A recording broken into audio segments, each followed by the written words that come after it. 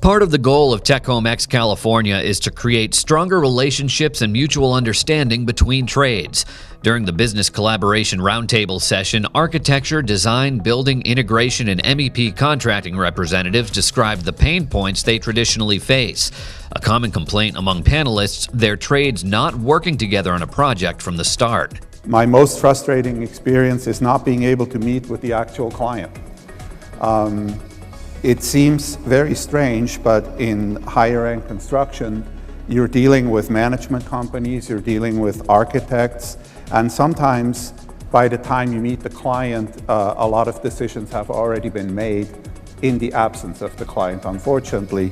And so it is very hard to meet someone's expectations if you don't meet them at the very beginning. Also overlooked early in some projects is thinking about the installation of equipment. Things like waiting until walls are going up to have a home pre-wired and not recognizing space requirements for HVAC systems can cause major headaches late in the process. That's sometimes when the mechanical stuff comes into play. Like, oh my gosh, I forgot, we gotta squeeze in an air conditioning system and a furnace and all this duct work. Well, part of Title 24, they want us to put like unreasonable things in a home. So there's somebody sitting in this back room saying, oh, this is how it should be. Well, it doesn't really translate well into the field. It's also important to make sure everyone involved in a project is properly educated. That includes not only those working on it, but the clients themselves. Education is really where I see this needing to be focused. And it is about educating clients and having them have a greater understanding for what their options are and what their capabilities are these days with the emerging technology. But I also want to add that it's about my education as well.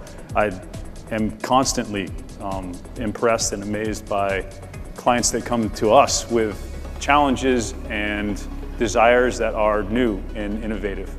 So it's about educating clients, but also about me keeping up with them. What my clients are looking for is the Jetson lifestyle.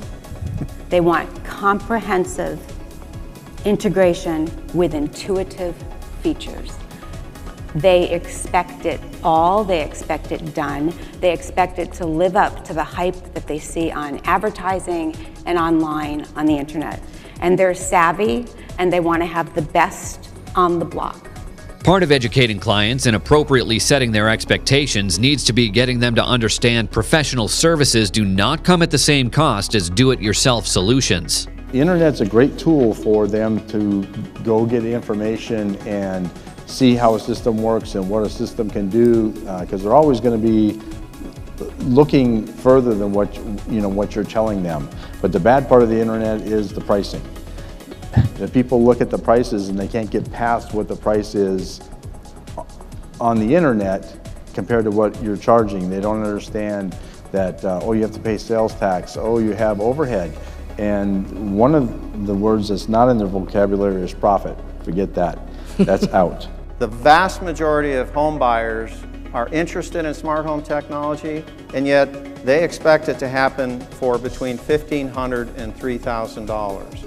And that is not in line with the reality of our marketplace in terms of all these parts and pieces, the skill and the expertise that it takes to assemble the right products, to curate it on the job site, to put the systems into place, and then finally create the biggest challenge is to support the customer, because we haven't yet created an interface that we have like our smartphones. Until that time comes, and even after it does, the best way to make sure a project runs smoothly is to ensure everyone works together throughout the process. For TecHomeX, I'm Tony Consiglio.